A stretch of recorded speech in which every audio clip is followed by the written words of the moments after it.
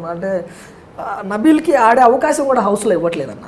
ఎట్లా అంటే last week same మీరు చీఫ్గా ఉన్నప్పుడు కూడా నబీల్ని అవుట్ చేసింది శక్తి క్లాన్, గేమ్ నుంచి పక్కన పెట్టేసింది. అండ్ ఈ వీక్ కూడా 1 డే ఆడగానే మళ్ళీ ఈ వీక్ కూడా నబీల్ పక్కన పెట్టేసింది. అది టూ మచ్ అసలు. అది ప్రతిసారి కూడా అంటే శక్తి క్లాన్కి నబీల్ని పక్కన పెట్టేందుకు ఒక అవకాశం ఇస్తుంది బిగ్ బాస్. అట్లా ఇవ్వడం వల్ల ఇప్పుడు ఏం తెలుసా, ఇప్పుడు అట్లా చేయడం వల్ల ఇప్పుడు పబ్లిక్ చూసినాడు ఏమనుకుంటాడు, నబీల్ మంచి గేమర్ గాడు పక్క పెట్టినరా అని కొందరు అనుకుంటారు. ఇప్పుడు అది కర్మగాల ఎపిసోడ్ మిస్ అయ్యాను అనుకోవడన్నా, నబీల్ గాడు ఏంద్రా ఏం ఆడతలేడు అనుకున్నారు అనుకో, కాదా డౌన్, ఇంకా డౌన్ అయితేనే ఉంటారు. అది ఎక్కువ పెద్ద డ్రాబ్యాక్ నిజంగా. అవునవును. అంటే ఎవరైతే రెగ్యులర్గా ఫాలో అవుతుంటారో వాళ్ళకి ఒక థాట్ ఉంటుంది అనమాట, నబీల్ స్ట్రాంగ్ ప్లేయర్ కాబట్టి వీళ్ళు పక్కన పెడుతున్నారు. అదైతే 100% ఉంటుంది. మీరు అన్నట్లుగా ఒకవేళ ఇప్పుడు అట్లా అనుకుంటే మంచిదే, కానీ రివర్స్ ఎపిసోడ్ మిస్ అయ్యారా, నబీల్ కూడా ఏం ఆడతలేడు రా అబ్బాయి లెక్కన మెల్ల డౌన్ అయిపోతుంది. అది పెద్ద డ్రాబ్యాక్ అవుతుంది. సో మొత్తంగా అన్న ఇప్పుడు 11 మెంబర్స్ ఉన్నారు హౌస్లో. టాప్ ఎవరు ఉంటారు అనుకోవచ్చు? టాప్ 2లో చెప్పాలి అంటే, టాప్ 5 అంటే రేపు వైల్డ్ కార్డ్స్ వస్తాయి కాబట్టి డిసైడ్ అవుదాం. ఇప్పుడున్న హౌస్లో టాప్ 2 ఎవరు ఉంటారు అనుకోవచ్చు? ఇప్పుడున్న హౌస్లో కూడా అంటే టాప్ 2 టాప్ 5 అట్లా నేను చెప్పలేను, కానీ అంటే నేను అనుకున్న 5 స్ట్రాంగ్ కంటెస్టెంట్లు చెప్తా 11 మందిలో. నబీల్, నిఖిల్, సీతు, ప్రేరణ, యష్మి. వీళ్ళు 5 మంది ఈ 3 వీక్స్లో చూసుకుంటే నిఖిల్ నుంచి డే 1 నుంచి జనాలకు ఒక మంచి ఒపీనియన్ ఉంది, వీడు స్ట్రాంగ్ కంటెస్టెంట్ అని. మిగతా వాళ్ళందరూ స్లో పాయిజన్ లాగా స్లోగా రైజ్ అవుతున్నారు. చాలా మంచిగా అనిపిస్తుంది నాకు.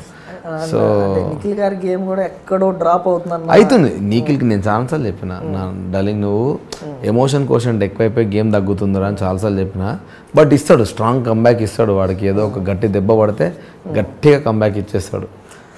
అండ్ నిన్న అంటే గత 2 రోజులుగా ఏదైతే ఒక అంటే ఆల్ ఓవర్ సోషల్ మీడియా ఏదైతే నడుస్తుందో, బిగ్ బాస్ 8 పైన నడిచే సోషల్ మీడియా అంతా కూడా కావాలనే ఏదైతే సోనియా ఏదైతే ఉందో, సోనియా నిఖిల్ గేమ్ అంతా డైవర్ట్ చేస్తుంది. అంటే మీరు హౌస్లో చాలా దగ్గరగా ఉండి చూసారు కాబట్టి, చాలా దగ్గరగా ఉండి చూసారు కాబట్టి హౌస్లో మీరున్నన్ని రోజులు మీతో అండ్ నిఖిల్ గారితో అండ్ పృథ్వీ గారితో ఒక ర్యాపో అయితే ఉంది.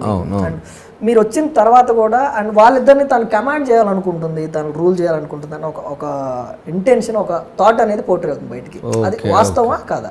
సో అయితే బేసికల్లీ బై డిఫాల్ట్ సోనియాకున్న నేచర్ ఏంటంటే, ఆమె ఎక్కువ ఏంది మన ఈ లెక్చరర్స్, గెస్ట్ లెక్చరర్స్ ఇట్లాంటి బయట ఇచ్చడం మూలాన ఆమెకి ఏంటంటే ఇన్ఫ్లుయెన్స్ చేయడం అనేది అలవాటు. అంటే ఆమెకు నచ్చలేదు అంటే ఇది ఇట్లుండాలి ఇన్ఫ్లుయెన్స్ చేస్తుంది. సో వాళ్ళ ముగ్గురు మధ్యలో ఒక మంచి ఫ్రెండ్లీ బాండింగ్ ఏం ఏర్పడ్డదంటే, ఆమె ఒకరిని తమ్మునిలాగా ఇంకొకరిని వాళ్ళ అల్లుడు ఆ టైప్ చాలాసార్లు చూసింది కదా. సో స్టిల్ ఆమె ఎట్లుందంటే వాళ్ళిద్దరు ఆమె కంటే చిన్నోళ్ళు, సో వాళ్ళని నేను గైడ్ చేయాలన్న మైండ్ సెట్లో ఉండిపోయింది తను ఆల్రెడీ. సో అందుకనే తను చెప్తా ఉంది. కానీ ఈ మూమెంట్లో జరగాల్సింది ఏంటంటే, ఆపోజిట్ వింటున్న వాళ్ళు ఇద్దరు వాళ్ళు రియలైజ్ అయ్యో, లేకపోతే వాళ్ళు లేదు ఇట్లా కాదు మన గేమ్ ఆడుకుందాం అని చెప్పి వాళ్ళు సెల్ఫ్ అనుకోవాలి. లేకపోతే ఏమైపోతుంది అంటే, ఇప్పుడు ఇదే ప్రాబ్లం నిఖిల్ది, ఎమోషనల్ కోషెంట్ ఎక్కువైతే ఉందనుకో, రేపు పొద్దున వాడు నన్ను నామినేట్ చేయాలన్నా చేయలేడు. సో అదే నిఖిల్కి ఎఫెక్ట్ కొడుతుందని అనిపిస్తుంది. సో డెఫినెట్గా అది వాళ్ళు రియలైజ్ అవ్వాలి. ఒకటే ఆప్షన్ ఉంది అక్కడ, ముగ్గురు షిఫ్ట్ అయిపోయి ఆడాలి, అంటే స్ప్లిట్ అయ్యి ఆడాలి అంతే. ఇంకా అంటే ఇప్పుడు కూడా అంటే 2 వీక్స్ క్లాన్స్ చేంజ్ అయిపోయాయి. మీ టైంలో ఇప్పుడు సీత చీఫ్ అయిన టైంలో కూడా 2 సార్లు టీమ్స్ ఏదైతే క్లాన్స్ షిఫ్ట్ అయినా కానీ వీళ్ళు ముగ్గురు మాత్రం ఆ శక్తి క్లాన్కే పరిమితం అయిపోయారు. ఇది మారిద్ది అంటారా ఖచ్చితంగా? అంటే ఈ షిఫ్ట్ మారాలి. నేను ఏమనుకుంటున్నా, ఒకవేళ మారపోతే ఏమైపోతుంది తెలుసా, ఆటోమేటిక్గా పబ్లిక్ ఒక జోన్లోకి వచ్చేసి అందరినీ పంపించేస్తారు, వీళ్ళు కలిసి ఆడుతున్నారా అని. ఎందుకంటే వాళ్ళు కూడా విడిపోయి ఆడాలి. అప్పుడే కదా నీకు గేమర్గా నువ్వు ఎంత స్ట్రాంగ్ ఉన్నావు, జనాలతో ఎంత మింగిల్ అవుతున్నావు అనేది తెలుస్తుంది. నువ్వు ఒక క్లోజ్డ్ స్పేస్లో వెళ్ళిపోయినావు అనుకో, కళ్ళకెళ్ళి బయటకు రాలేవు. సో నేను కోరుకుంటున్నా వాళ్ళు సపరేట్ ఆడాలి. నిన్ననే చూసిన యాక్చువల్లీ, ఇట్లా చూస్తారా వీళ్ళు ముగ్గురు మళ్ళీ ఒకటే దాంట్లో ఎందుకున్నారా అనిపించింది. అది అనుకోవడానికి రీజన్ కూడా పాపం వాళ్ళ మీద తెలియకుండా ఒక ఘోరమైన నెగిటివిటీ బయటపడుతుంది కాబట్టి, నాకు వాళ్ళు ఎంత తొందరగా విడిపోయి ఆడితే అంత బాగుంటుందని నాకుండే మైండ్లో. సో జనరల్గా అభయ్ గారికి అంటే అభయ్ గారి ముందు ఎవరన్నా బాధపడితేనో ఎవరన్నా ఏడుస్తుంటేనో మీరు మిమ్మల్ని సెల్ఫ్ కంట్రోల్ చేసుకోలేరు కదా ఖచ్చితంగా. అంటే వాళ్ళ బాధ నుంచి బయటికి తీసుకురావాలి నాకు ఉంటుంది. అవును, నాకు అసలు ఆగదు, నేను ఖచ్చితంగా వెళ్ళిపోతా వాళ్ళ దగ్గరికి. దట్టు మళ్ళీ నేను రాగానే అందరు అన్న అన్న అన్న అని అనేసరికి నాకు అది తెలియకుండానే వచ్చేసింది. అందుకనే ఎవరు ఏడిచినా పోనీ బేటా అని అట్లా మాట్లాడడం నాకు బాగా అలవాటు అయిపోయింది. సో మేబీ అది ఇంకా నా వీక్నెస్ అది. ఖచ్చితంగా అంటే అది మేము కూడా చాలా బాగా అబ్జర్వ్ చేసాం. అంటే ఎవరన్నా వేడుస్తుంటే అక్కడికి వెళ్ళి వాళ్ళని మోటివ్ చేయటం, నాకు అలవాటు అది బాగా చూశాను. అంటే అది బై బర్త్ అంటే ఫస్ట్ నుంచి చూసారా, లేదంటే మీరు ఏదైతే అప్స్ అండ్ డౌన్ చెప్పారో ఏది బయోగ్రఫీ చూసాను అండ్ ఇట్స్ వండర్ఫుల్ జర్నీ. అవునవును, నాకు జర్నీలో అలవాటైందా లేదంటే బై బర్త్ అట్లా చూస్తూ? నాకు ముందు నుంచి అది అలవాటు. నాకు ఎవరైనా ఏడిస్తే నాకు మంచిగా అనిపించదు. సో ఏదో ఒకటి మనం చెప్పాలి అని. బట్ ఈ లిటరల్ అప్స్ అండ్ డౌన్స్లో జర్నీలో నేను ఎక్కువ రియలైజ్ అయింది వీలైనంత ఇన్స్పైర్ చేద్దాం, ఎందుకంటే చాలా దెబ్బలు తగులుతాయి మనం లైఫ్లో పోతున్నప్పుడు, వాటికి బాధపడొద్దు అని. సో అట్లా నేను కలిసిన వాళ్ళందరికీ అదే చెప్తా ఉంటా.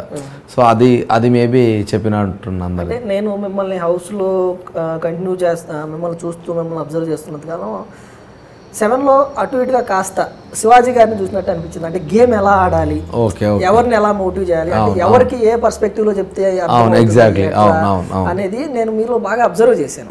అంటే ఒక శివాజీ గారిని ఆ మోటివ్ చూశాను. అంటే ఈ మోటివేషన్ అంతా కూడా ఏదైతే మీరు చెప్తున్న అప్స్ అండ్ డౌన్స్ ఏదైతే ఉన్నాయో అక్కడ నుంచి వచ్చినటువంటిది. మొత్తంగా ఇదంతా పక్కన పెడితే అన్న ఒక న్యూస్ వైరల్ అవుతుంది కాస్త 2 రోజులుగా, రీఎంట్రీస్ ఉండబోతున్నాయి అని. ఎవ్రీ సీజన్ ఉంటున్నాయి కదా.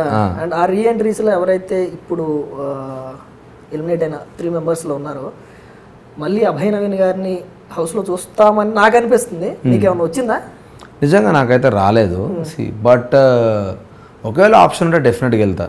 ఎందుకు వెళ్తా అంటే కూడా ఇప్పుడు నన్ను ఎవరైతే క్వశ్చన్ చేస్తారో నువ్వు ఆడలేదని, వాళ్ళకి పాపం జరిగింది మొత్తం తెలియదు. సో నేను వాళ్ళ గురించి అయినా నేను మళ్ళీ లోపలికి వెళ్ళి ఆడలేక రాలేదు, కొన్ని ఎమోషన్స్ వల్ల వెళ్ళాల్సి వచ్చింది. బట్ ఈసారి అవన్నీ పక్కకి పెట్టి నేను ఆడి వాళ్ళని సాటిస్ఫై చేయాలంటే మాటలతో చెప్తా పోదు, చేతులతో చేస్తేనే అవుతుంది. సో నాకు ఆపర్చునిటీ వస్తే కనుక డెఫినెట్గా నేను 100% ఆడి నేను వాళ్ళని సాటిస్ఫై చేస్తాను. ఎందుకంటే చాలామంది నన్ను ఇష్టపడి నేను ముందుకెళ్తా అనుకున్న వాళ్ళు నేను మధ్యలో వచ్చేసరికి తిట్టుతురు, అది అవుట్ ఆఫ్ పెయిన్ తిడుతురు. వాళ్ళు కూడా సేమ్ నేను ఎట్లయితే తిట్టినో అట్లా వాళ్ళు తిడుతురు. ఏంటంటే వీడు ఉంటాడు అనుకున్నా, అనవసరంగా గెలుపుకొని వచ్చిందన్న ఫీలింగ్లో ఉన్నారు. కానీ అది కాదురా, జరిగింది వేరే ప్రూవ్ చేయాలంటే నాకు ఆఫర్ వస్తే డెఫినెట్గా వెళ్తా. థ్యాంక్ యూ అన్న. Thank you.